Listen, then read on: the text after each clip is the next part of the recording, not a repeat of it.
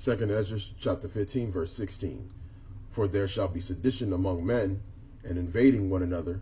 They shall not regard their kings nor princes, and the course of their actions shall stand in their power. A man shall desire to go into a city, and shall not be able. For because of their pride the city shall be troubled. The houses shall be destroyed, and men shall be afraid. A man shall have no pity upon his neighbor, but shall destroy their houses with the sword, and spoil their goods because of the lack of bread, and for great tribulation. I want to give all praises and glory to Yahweh, Bahasham, Yahushai, and the honors to the apostles and elders of Yasharallah, and salutation to the Akim throughout the four corners of the earth, preaching the truth and sincerity, and keeping the faith of Yahushai and the gospel. This is how Yahweh. Just seeing this article yesterday with what's going on in Venezuela, and pretty much you can kind of see what's going to eventually happen here in Babylon. And one thing about a lot of different countries outside of Babylon is that a lot more people are self-sufficient, all right, than they are over here. So we could imagine how bad it's going to be when it really goes down with the amount of weapons that are here, and with basically how, bugged out these Babylonians are, and how so much more reliant they are on, their government than, other places around the world, all right, because, this is basically just a sign of things to come. And a lot of people, especially a lot of these Babylonians, they don't expect this to happen here because they've put Babylon on such a high level in their mind. They've exalted it to the heavens, all right, to where they think that this place can never come down. And they don't understand that this place is going to be worse than, any place, one of the worst places on the planet. It's going to be worse than some of the things that they've seen on TV, seen in the news, seen in a documentary movie. This is going to be real bad times, okay? Now, when you go into, this article, this is from the New York Times. It says Venezuelans ransack stores as hunger stalks crumbling nation. Because, see, hunger will make people go crazy and get bugged out, okay? Now, this is just one of the cities. It's not even all the cities. It's just basically just showing you what's happening in a city called Kumana, okay? Now, it says that with delivery trucks under constant attack, the nation's food is now transported under armed guard. Soldiers stand watch over bakeries. The police fire rubber bullets at desperate mobs storming grocery stores, pharmacies, and butcher shops. So people are basically, going into everywhere, man. They're running up in Walmarts, Targets, all right, Kroger's, Albertsons, right, whatever places you got in your cities, and they're basically taking stuff, whatever is there. And not much stuff is even coming to these different stores, okay? And then they're going into pharmacies. So your Walgreens, they're running into all these different drugstores. They're running in there and they're trying to get stuff. Some stuff they're basically probably self-medicating themselves because they're so depressed that they're probably just popping pills left and right. And then people also need medication as well, because you got people that are sick. You got people that have sick kids and relatives. So pharmaceutical drugs is also important for some of those people that rely on those to sustain themselves. All right, so you got basically, a lot of chaos going on, and any place that has anything of value is pretty much going to be under consistent attack. Now, over there in Venezuela, the thing about it is that the government over there is actually trying to save Venezuela. But what's going to happen here in Babylon is that the government is actually going to allow people to completely destroy themselves. So when the time comes, man, they're just really going to shut a lot of things down to where, forget about delivery trucks, man. They're just going to shut down the entire nation to where there's going to be, no food. Within a matter of days, whatever stores have food, they're going to be gone or, pretty much out. And then they're going to shut down highways and freeways and major roads. As you've seen in the actual, precept itself, it says in the 17th verse, a man shall desire to go into a city and shall not be able. So you can imagine if you're in a town, in one town over, and you basically heard there might be food there, or you might think you might know somebody that might have some extra food for you to help. You might think you can leave where you're at, and it's shut down. So they're going to basically block off whole roads, man. The way the American system is set up, especially when they started creating all these highways, going back to the time of FDR, Franklin Delano Roosevelt, they had a big interstate highway expansion program that created jobs. That was also all set up to eventually lock down America as well, because they wanted to, of course, increase the commerce, but they also knew that by doing that expansion, that they can eventually truly lock down, the entire country. And right now, you got about 325 to 330 million people in Babylon alone. I mean, that's just the estimate of what they have. And there's definitely more because, everybody knows, and we talk about it over here in Babylon for brothers that are overseas. They got the census. A lot of jakes don't even do the census. Okay, so everybody knows that there's a lot of people here, and it's going to take a lot to lock this place down. And they got a lot of things that they're planning on implementing to do that. One of those being is basically creating, a food shortage. All right, now you go further on. It says that what happened. They said this incident in Cumana, Venezuela. Says a 4-year-old girl was shot to death as street gangs fought over food. So they're not even going to spare, children or whatever, man. If someone basically is coming out the store or walking down the street with food, they could be there with their little daughter, and you're going to have people with guns just running up and just shooting at whoever's there and just taking whatever's left. And that's how what's gonna happen, man. It's gonna be real bad. And it says here, Venezuela is convulsing from hunger. All right, so hunger really makes people bug out. As people say, they get uncivilized. Okay, so they don't know how to treat their neighbor. That's why it says in the precept, it says that a man shall have no pity upon his neighbor. And that's basically how it's gonna be, man. You got people out here thinking that they got friends, they got family, they got neighbors and coworkers and stuff like that. When the going gets tough and the tough gets going, people are going to really see that people are really just going to unlock the inner beast that's within them. And they're going to basically do whatever they can to survive. Okay? So, going on, it says hundreds of people here in the city of Cumana, home to one of the region's independence heroes, marched on a supermarket in recent days screaming for food. They forced open a large metal gate open and poured inside. They snatched water, flour, cornmeal, salt, sugar, potatoes, anything they could find, leaving behind only broken freezers and overturned shelves. Okay? And that's what's going to happen, man, because listen, when all hell breaks loose, whatever the false flag event that's going to occur, whatever the situation is going to happen, that's going to make people really lose their mind and start wanting to scramble for whatever they can get. Going to the store, and you saw, if you remember the movie World War Z, all right, when they were going to the different stores, people were losing their minds. You had people out there with guns, basically trying to protect themselves to get things. You had things that were very scarce. It was really bad out there. And see, Esau, he puts these things in these movies, but he's showing you basically, these elites are showing you the things to come. And people can't fathom that people are going to actually be like that on that day, because people think that America will never get to that point. They think that America will never get to the point of Venezuela. They never think about America will get even as bad as the Great Depression, which this one, by a lot of economists, is expected to be a lot worse. Okay? So it's going to be very important, to be connected to Yahweh Ba'ashem Yahushua on that day, man, because really, there's really no preparation that you could do, because the Most High is going to take care of the poorest of brethren. So stocking up food, all right, thinking that you're going to be able to get things that you need to somehow, be able to barter with other people, that's not going to happen, man. The most Yahweh Ba'ashem Yahushua is going to have to be with you, because the Most High is going to take care of the least of those that believe on His Son, man, for deliverance. So in that time, man, we're not going to need to have to go into these different stores, man. If we do, we're gonna have spiritual power. We're gonna have encampment around us to where we could just maybe bust in there. Some brothers might get spiritual power where they can go and just get stuff no problem, teleport or whatever. Who knows how the Most High is gonna have this thing happen for His elect, man. But like it says in the scriptures, man, His servants is gonna eat in that time.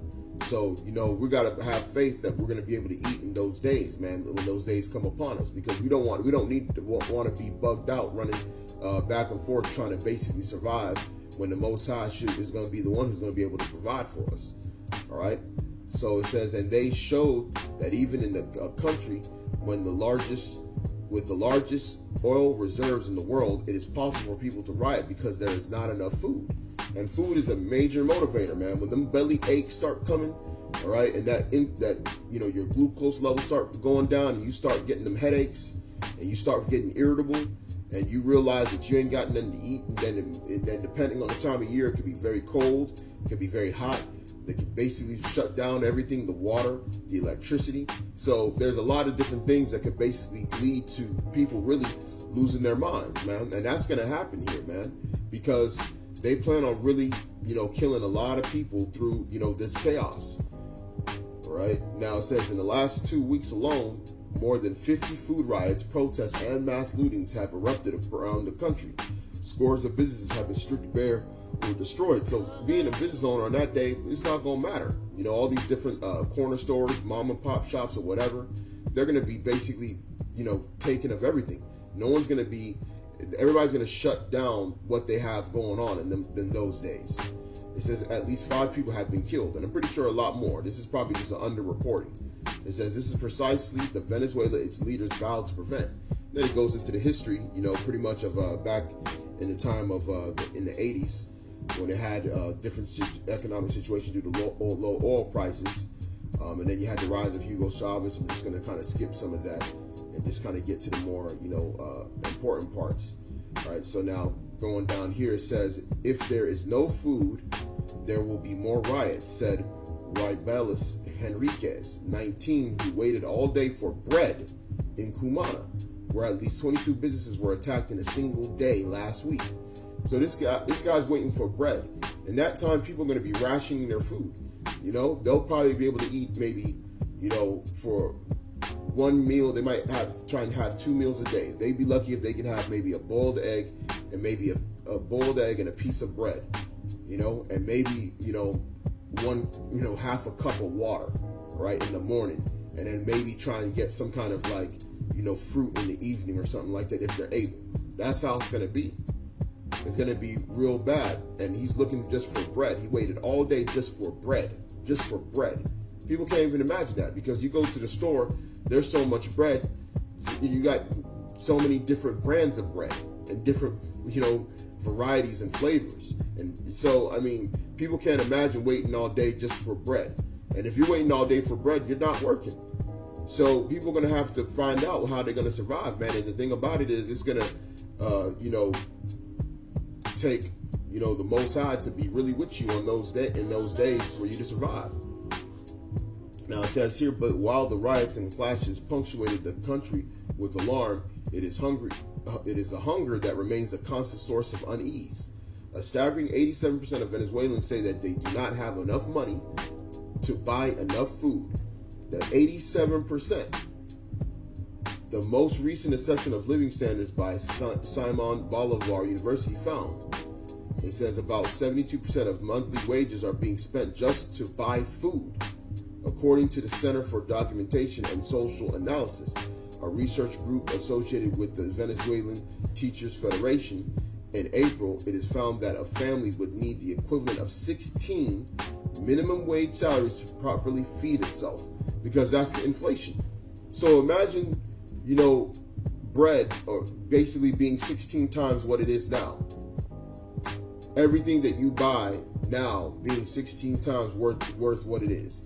If you want to buy, a gallon of water, it's probably going to cost you maybe $16. And if you have a family, you got to buy a lot more than that. Then bread, other things that you might need. So now you went from basically paying a price for something that might cost $3 to $4 to paying, $50 to $70 probably dollars for it.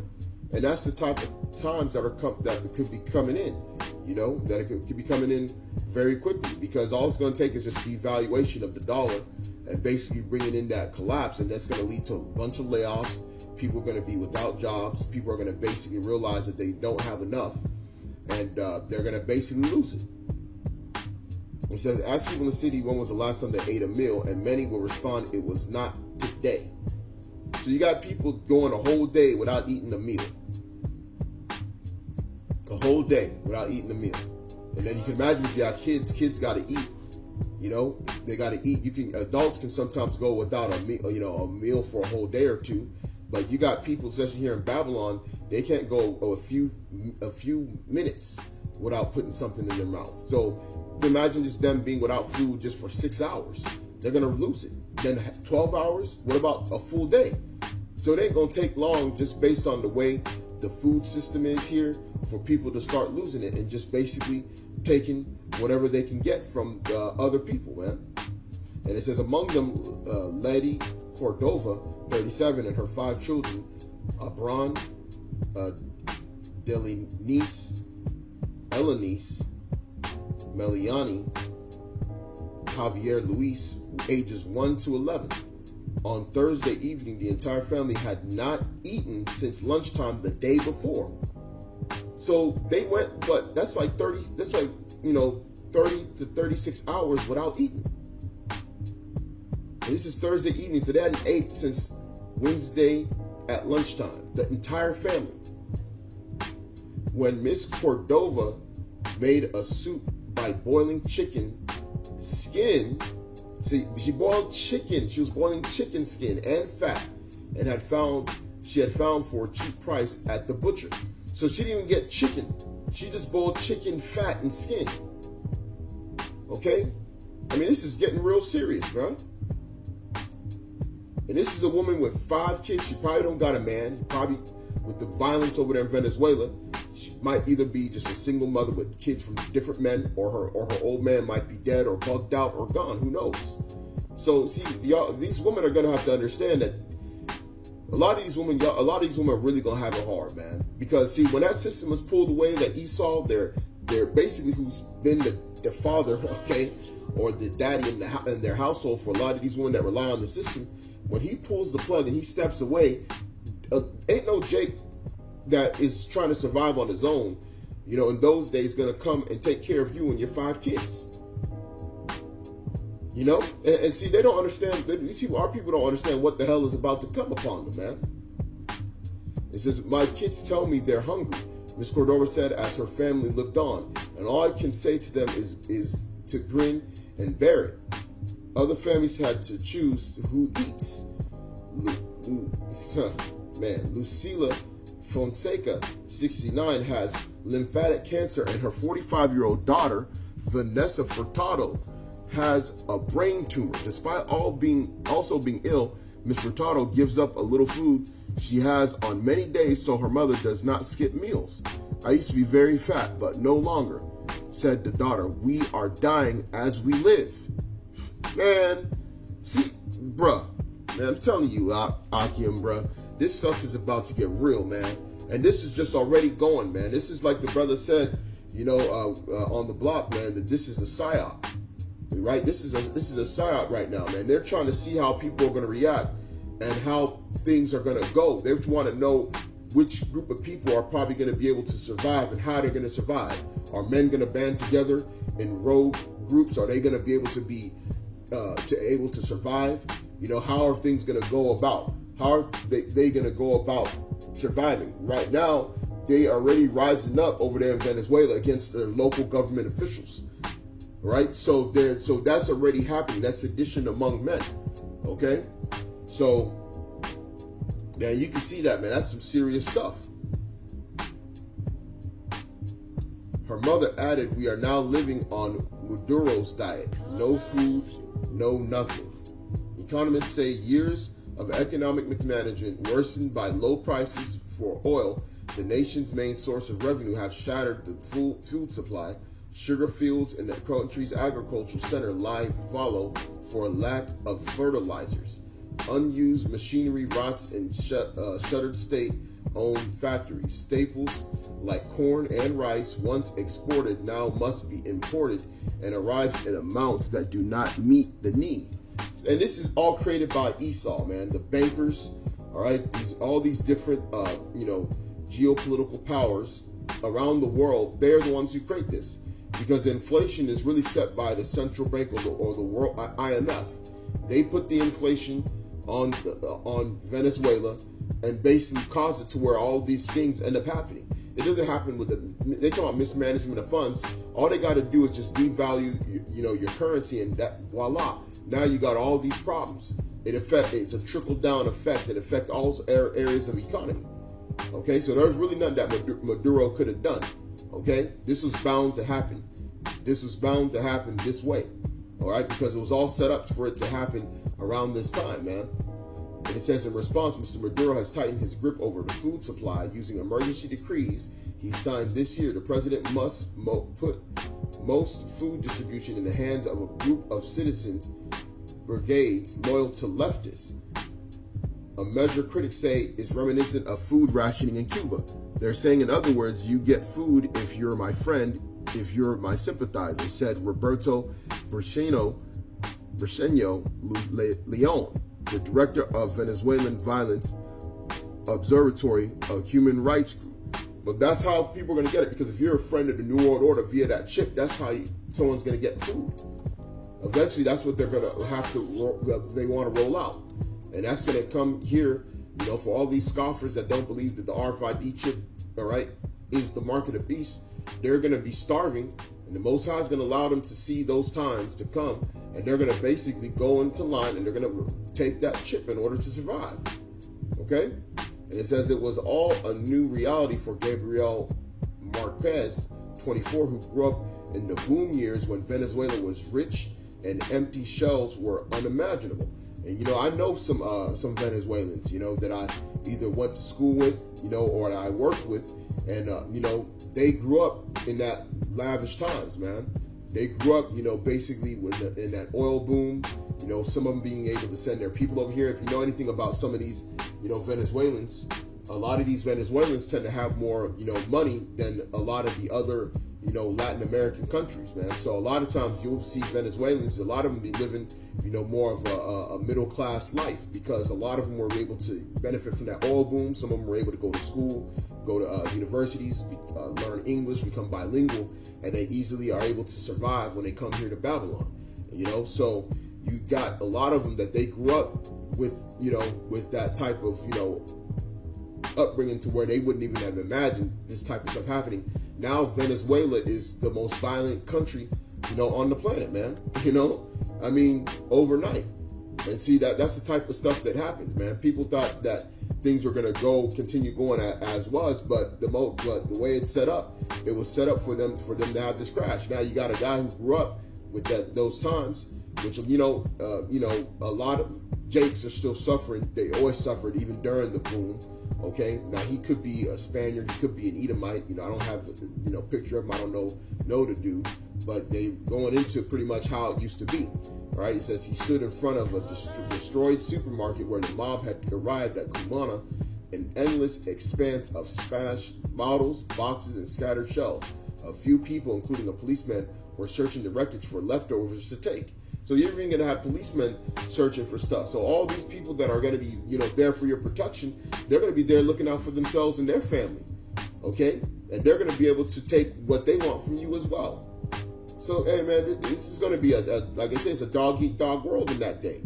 All right? During Carnival, we used to throw eggs at each other just to have fun, he said. Now an egg is like gold. Down the coastal road in a small fishing town called Boca de Uchere, hundreds gathered on a bridge this month to protest because the food deliveries were not arriving. So people are protesting, but what are you protesting about? And that's the reaction of people is naturally first protest and react that way. And we want food. But that's not going to do anything. And now, those days, people just got to go and take it. And when them hunger pains start kicking in, that's what they're going to start doing. Residents demanded to meet the mayor, but when he did not come, they sacked a Chinese bodega. Hey, so even Moab is down there, man. He ain't, you know. See, that's the reason why it tells you that everybody shall flee to their own land and to their own country. Because in those days, man, when that happens, you're going to see these Moabites, these Elamites, these Ishmaelites that own stores, a lot of these different shops and stores over here, they're going to just basically go back home. If they're going to use their last bit of savings, if they're able to get a flight, they're going to leave here. All right? It says residents hacked open the door with pickaxes and pillaged the shop, venting their anger at a global power that had lent billions of dollars to prop up Venezuela in recent years. It says the Chinese won't sell to us, said the taxi driver who watched the crowd haul away all that was inside. So we burned their stores instead. Okay, hey, that's a reminiscent of the LA riots, man.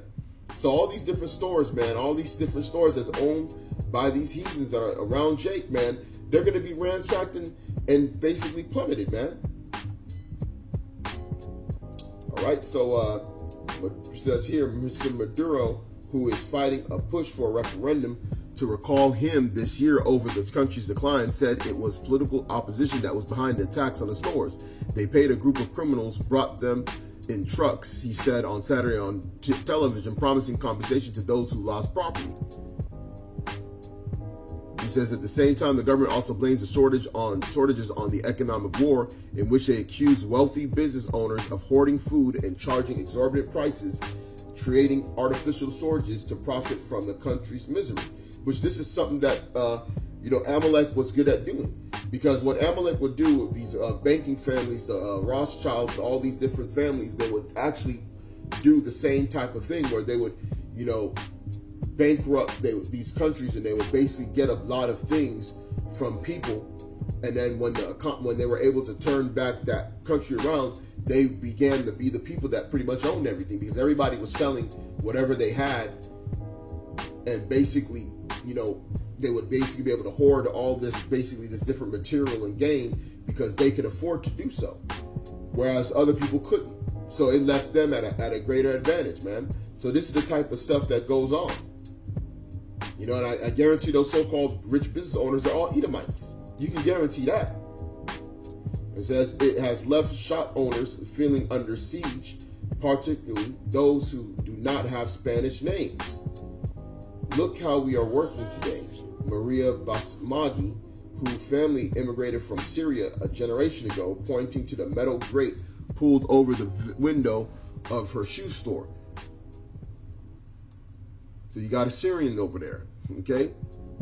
I mean, you see one people that a lot of brothers in the truth got to understand is that you got a lot of heathen, right, that are all through the Americas, man, on this side of the world. This is a place where a lot of people were able to eat off the backs, all right, of the 12 tribes, So this is just kind of just showing you, just as an eye opener, about the dynamics that are at play. That you got all these heathen that own these stores all around where Jake is, okay, and now they're suffering from this right now because this is the time, of tribulation, man, and this is just the beginning. This is just a small mark of what is to come, right? It says her shop was on the commercial boulevard in Barcelona, another coastal town racked by unrest last week.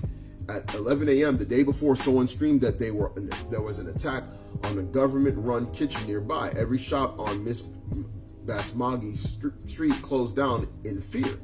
Other shops stayed open, like the bakery in Kumano, where a line of 100 people snacked around a corner. Each person was allowed to buy about a pound of bread. Robert Astudillo, a 23-year-old father of two, was not sure there would be any left once his turn came.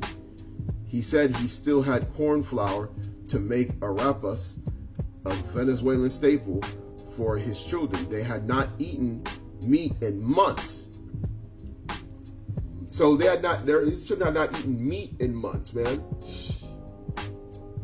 Boy, we made arepa small. We make the arepa small, he said. In the refrigerator of Aracelis Rodriguez, Nestor Danielle Reyna, the parents of 4 small children, there was not even corn flour, just a few limes and some bottles of water.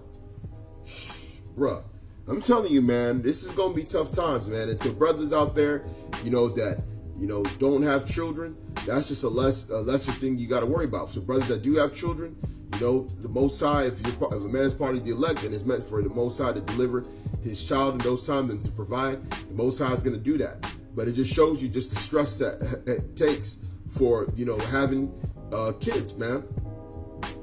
This is the type of things that's going to happen and people are going to go through in these times, man, having to worry about another soul. All they got was limes and a few bottles of water. It says the family had eaten bread for breakfast and soup for lunch, made from fish that Mr. Reyna had managed to catch. The family had nothing for dinner. Listen, man. This is the type of things that's going to be coming to Babylon, man. This is going to really change the whole game for people, man. And see, in those times, man, we're not going to be out there on the block. So you already know that these people are searching for spiritual answers right now. And guess what? We're not going to be out there. By that time, more than likely, the internet is probably going to be shut down because people ain't going to be able to afford to pay for internet if they're just trying to eat. And then on top of that, they're going to already be censoring information from coming in and out so that people probably don't even know what's really going on. Okay? So you can only imagine the answers that people are going to want to have, all right, as far as spiritual answers, looking for the word and not being able to find it. It has not always been clear what provokes the riots. He says, is it hunger alone, or is it some larger anger that has built up in the country that has come? Inez Rodriguez was not sure. She remembered calling out to the crowd of people who had come to sack her restaurant on Tuesday night, offering them all the chicken and rice the restaurant had if they would only leave the furniture and cash register behind. They balked at the offer and simply pushed her aside. Ms. Rodriguez said, "It is the meeting of hunger and crime now," she said. And she spoke 3 trucks. As she spoke, 3 trucks with armed patrols drove by, each emblazoned with photos of Mr. Chavez and Mr. Maduro. The trucks were carrying food. Finally, they came here, Ms. Rodriguez said. And look what it took to get them. It took this riot to get us something to eat. So the government right there, he's trying to show himself by having those type of men that, you know, hey, we're here for those that are loyal to you know, Mr. Maduro. So you got people that are, you know, they're going to be looked after in that time. But, you know, ultimately what's going to happen is people are going to have to, you know, take the chip, all right, in order to survive, or the Yahweh Bashim Yahshua has got to be with them in those days, man. So, you know, I'm just throwing here, just looking at these YouTube comments, man. These people over here in Babylon have no idea that this is coming, all right? And what they're doing, see, these Babylonians are so stupid, all right? They're blaming the political system for this, when they don't even understand that this is created by the bankers, man. The international bankers created this situation, okay? So, you know, they don't understand what's going on, man. They have no idea that this is basically about to come to their own, you know, their own neighborhoods, man. Right now, especially these Edomites, they're thinking about getting Trump in office to make America great again, as if it's going to change what's to come. Okay? So pretty much, man, as you see, man, that article was heavy. I mean, you can basically imagine just the different scenarios and situations. You had different types of people from different age groups, male, female, people with children, people without children, just giving you a glimpse and an idea of how bad it's really going to be out here, man. All right, so this is just finishing off. This is Matthew chapter 24 and 20. But pray ye that your flight be not in the winter, neither on the Sabbath day. For then shall be great tribulation, such as was not since the beginning of the world to this time, no, nor ever shall be. And except those days should be shortened, there shall no flesh be saved. But for the elect's sake, those days shall be shortened. Right? Because if the trials and tribulations that's to come upon the earth were to continue on more than a certain period of time, nobody's going to be able to make it on this planet. Everybody's going to go, because there's going to be so much death out here. There's going to be 1,000,001 ways to die, man. So, I mean, we know that this time is coming, man. You can see it right around the corner. Right now, as we know, you got the Brexit, which basically that's Britain that's looking to potentially leave the European Union. That can send shockwaves through the market. We also got different things that are going on as far as, you know, economically. We're going to have to see what's going on with the stocks, with the market right now. You basically got the yuan, the Chinese currency, is actually about to be put in as a world reserve currency as well. So you can see that there's different tools that they got ready to create a shaking of the economy. All right, so anything can happen, anytime soon, man. But we know that great tribulation is surely to come, and hopefully, Yahweh Bashim Yahshua is with us, and is able to deliver us in those days. All right, so again, I want to give all praises and glory to Yahweh Bashim Yahshua, double honors to the apostles and elders of Yasharallah, salutation to the Akim throughout the four corners of the earth, preaching the truth and sincerity. keeping the faith in Yahweh Shai and the gospel. Shalom.